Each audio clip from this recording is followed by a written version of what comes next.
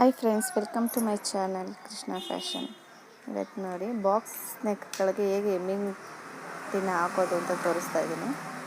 1.25 inch cross ಪಟ್ಟಿನ cut ಮಾಡ್ಕೊಂಡಿರ್ತೀವಲ್ಲ, ಅದನ್ನು join ಮಾಡಬೇಕು. ಕಾರ್ನರ್ಸಲ್ಲಿ ನೋಡಿ ಈ ಥರ ಫೋಲ್ಡ್ ಮಾಡಿ ಕೊಡಿ. ಸೂಜಿ ಪಾಯಿಂಟ್ನ ಇಟ್ಟು ಬಟ್ಟೆಯಲ್ಲಿ ತಿರುಗಿಸ್ಕೊಳ್ಳಿ, ಆವಾಗ ನೀಟಾಗಿ ಟರ್ನ್ ಆಗುತ್ತೆ. ನಾವೇನು ಹೊಲಿಗೆಗೆ ಏನು ಬಿಟ್ಟಿರ್ತೀವಿ ಎಕ್ಸ್ಟ್ರಾ 1/2 ಇಂಚು, ಅಲ್ಲಿಗೆ ಅದನ್ನು ಈ ಥರ ಜಾಯಿನ್ ಮಾಡ್ತಾ ಬರಬೇಕು.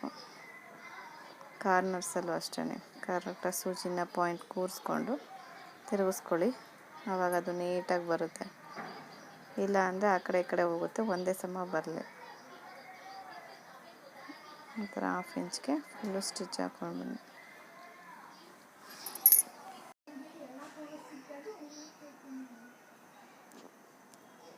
ಈ ಥರ ಫುಲ್ಲು ಸ್ಟಿಚ್ ಆದಮೇಲೆ 1/2 ಇಂಚ್ ಬಿಟ್ಟು ನೀವು ಎಕ್ಸ್ಟ್ರಾ ಬಣ್ಣ ಕಟ್ ಮಾಡ್ಕೊಳ್ಳಿ. ಇವಾಗ ಹೊಲಿಗೆ ಪಕ್ಕ ಅಂದರೆ ಹೊಲಿಗೆ ಕಟ್ಗಿಂತ ಪಕ್ಕದ 1/4 ಇಂಚ್ ಬಿಟ್ಟು ಎಕ್ಸಸ್ ಎಲ್ಲ ಏನಿರುತ್ತೆ ಅದನ್ನೆಲ್ಲ ತೆಗಿಬೇಕು. ನ್ಯಾಚ್ ಹಾಕಿ ಕಾರ್ನರ್ಸಲ್ಲಿ ನೋಡಿ ಈ ಥರ ಹೊಲಿಗೆಯಿಂದ ಆ ಕಡೆ ಹೋಗಬಾರ್ದು, ಹೊಲಿಗೆ ಪಕ್ಕನೇ ಬರುವಂಗೆ ಈ ಥರ ಅಲ್ಲಲ್ಲಿ ಸಣ್ಣಕ್ಕೆ ನ್ಯಾಚ್ ಹಾಕ್ಕೊಡಿ. ಕಾರ್ನರ್ಸಲ್ಲಿ ಈ ಥರ ಕಟ್ ಮಾಡಿಕೊಂಡ್ರೆ ನಾವು ಮೂಲೆ ಕೂರಿಸ್ಬೇಕಾದ್ರೆ ನೀಟಾಗಿ ಬರುತ್ತೆ. ಟರ್ನಿಂಗ್ಸ್ ಹೊಲಿಗೆ ಹಾಕಬೇಕಾದ್ರೆ ಅಂತಷ್ಟೇ.